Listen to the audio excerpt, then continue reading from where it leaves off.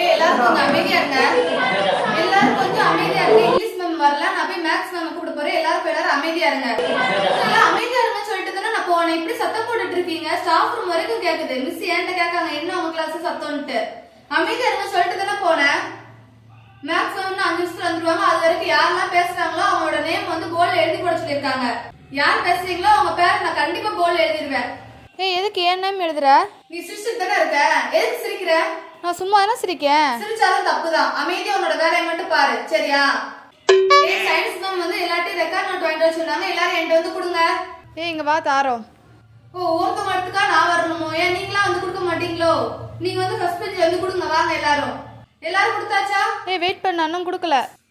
நீ தான் கத்துக்க எப்பயுமே லேட்டா இருக்க. சீக்கிரம் கூட நான் போய் மேம்கிட்ட கொடுக்க போறேன். ஒரு 5 மினிட்ஸ் மட்டும் வெயிட் பண்ணு. 5 நிமிஷம்லாம் என்னால வெயிட் பண்ண முடியாது. மேல வந்து வை. அப்ப நீ அப்புறமாட்டி மேம்கிட்ட கொடுத்துக்கோ. இதெல்லாம் நான் போய் கொடுத்துட்டு வந்துடுறேன்.